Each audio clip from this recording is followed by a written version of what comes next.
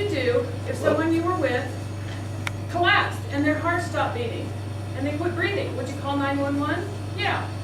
What you do between the time you call 911 and the time that help arrives could save that person's life. Hi, my name is Colleen Monaghan. I'm a certified licensed instructor with the American Heart Association, and the materials that I will be sharing with you today come from the American Heart Association Instructor Training Course. We're going to get started. We're going to go through the steps of CPR very quickly, just to give you the basics. The first thing you're going to do is check for a response. Hey, mister, are you okay? By doing this, you're seeing if they are alert or if they're passed out or what. You need to either tap them, get very close to them and yell at them in case they're hard of hearing, or rub their sternum with your knuckles. That will get a response. Secondly, you're going to check for breathing. To do this, you're going to bend close and watch their chest at the same time. You can either feel a breath on your cheek or you can see their chest rise and fall. If you haven't already called 911, now would be the time to do it, or send someone else if they're around to go call 911. After you check for breathing, if there is no breathing, you're going to give 2 rescue breaths. If you happen to have a pocket mask with you, that would be the way to go. It just fits on their face and you breathe into it that way. If not, you squeeze their nostrils shut. After you open their airway, squeeze their nostrils shut, put your mouth over theirs, and breathe. Give them a 1-second breath, and then another 1-second breath. To open their airway, you need to put your hand on their forehead and your hand under their chin, and tilt their head back like this. That will allow their jaw to kind of loosen up and open their airway just a little bit. I'm going to show you how to do this here. In doing so, you should be able to kind of look out the side and see their chest go up and down, and that means that they are getting a breath.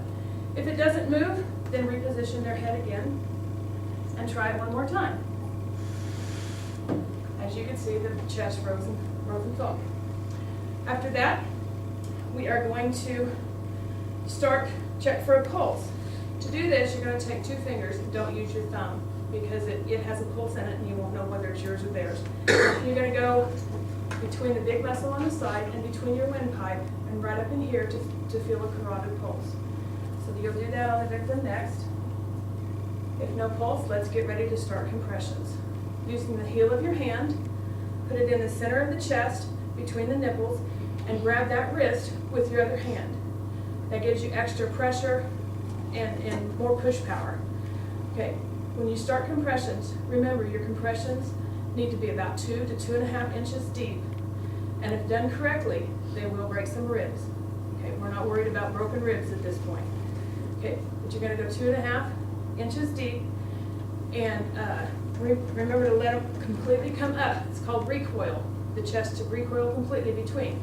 That's so more oxygen is pumped out. With each breath, you're pumping more oxygenated blood to the brain and to other tissues. Okay, and you're going to do these compressions, 30 compressions and then 2 breaths. And they have to be done hard and fast. I'm not doing 30 right now because I can't talk after I do it. So, after you do 30 compressions, give them 2 more of the breaths, like I showed you. Open your airway again and give them 2 more breaths.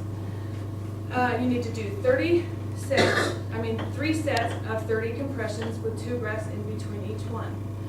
The American Heart Association has also determined that compressions are much more important than the breaths. So if you're not comfortable giving the breaths, if you don't have a mask, then just do compressions.